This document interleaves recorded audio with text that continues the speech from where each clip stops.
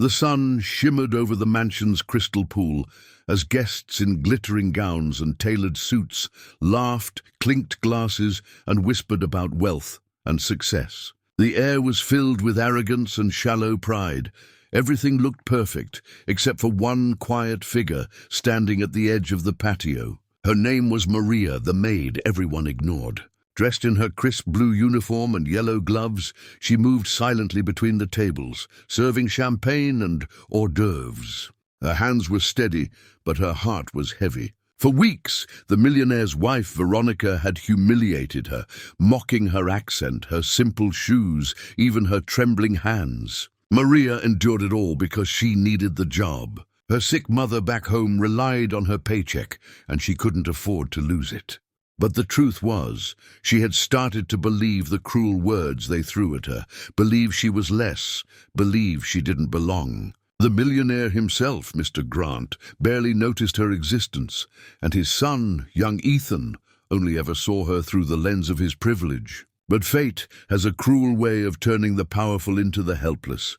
As the laughter echoed across the courtyard, Ethan, in his black tuxedo and shiny shoes, tried to impress the guests. He climbed onto the edge of the pool, showing off his balance, his friends cheering him on. "Careful, Ethan," Veronica called, half laughing, half distracted by her champagne. But before anyone could react, his foot slipped. There was a sharp splash, a scream, and then silence.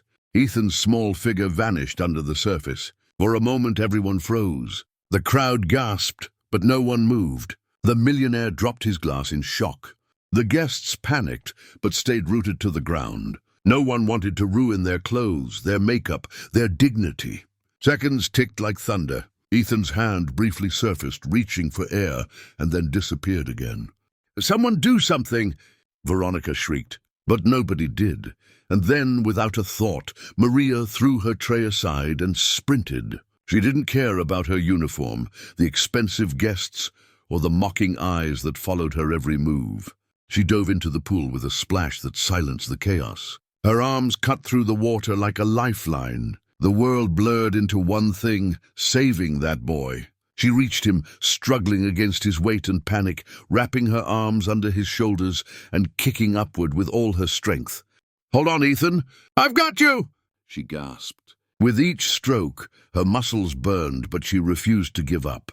Finally, they reached the edge, and with trembling hands, she lifted him up, pressing her palms against his chest to push the water out. Ethan coughed violently, sputtering and crying as air filled his lungs again. The crowd gasped, not at the boy's survival but at her. The maid they laughed at, the one they humiliated, had just saved the heir to millions. Water dripped from her hair as she knelt beside the trembling boy, whispering softly, "You're safe now."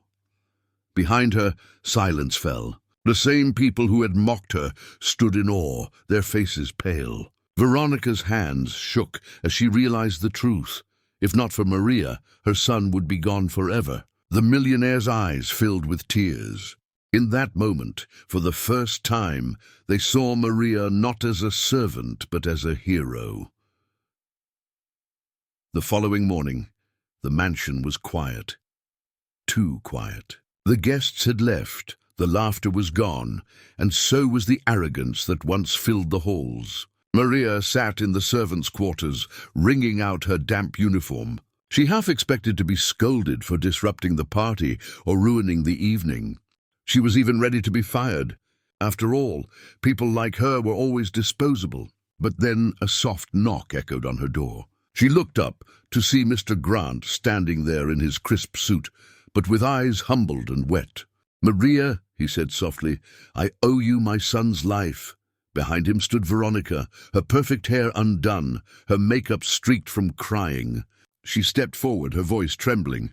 "I was wrong," she whispered. "I treated you terribly.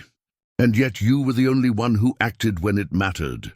Maria didn't know what to say. Tears filled her eyes, not because of the apology, but because for once someone had seen her humanity. Veronica took Maria's hands and said, "You will never work as a maid again. From today, you'll manage the household, and I'll make sure your mother gets the treatment she needs." Maria's heart stopped. The room spun as she realized her life had changed in a single night. But she didn't save Ethan for a reward. She did it because it was right. That was who she was, a woman of courage and heart, even when the world treated her like she was invisible. A few days later, Ethan came to her with a small drawing, a picture of her saving him in the pool, the sun shining above them. "You're my hero," he said shyly. Maria smiled through tears, hugging him tight. The staff, who once whispered behind her back, now looked at her with admiration. The mansion that once held only arrogance now echoed with gratitude and respect. From that day forward, Maria became a symbol, not just in that house, but to everyone who heard her story. The story of a woman who, though humiliated and underestimated, proved that true worth has nothing to do with status.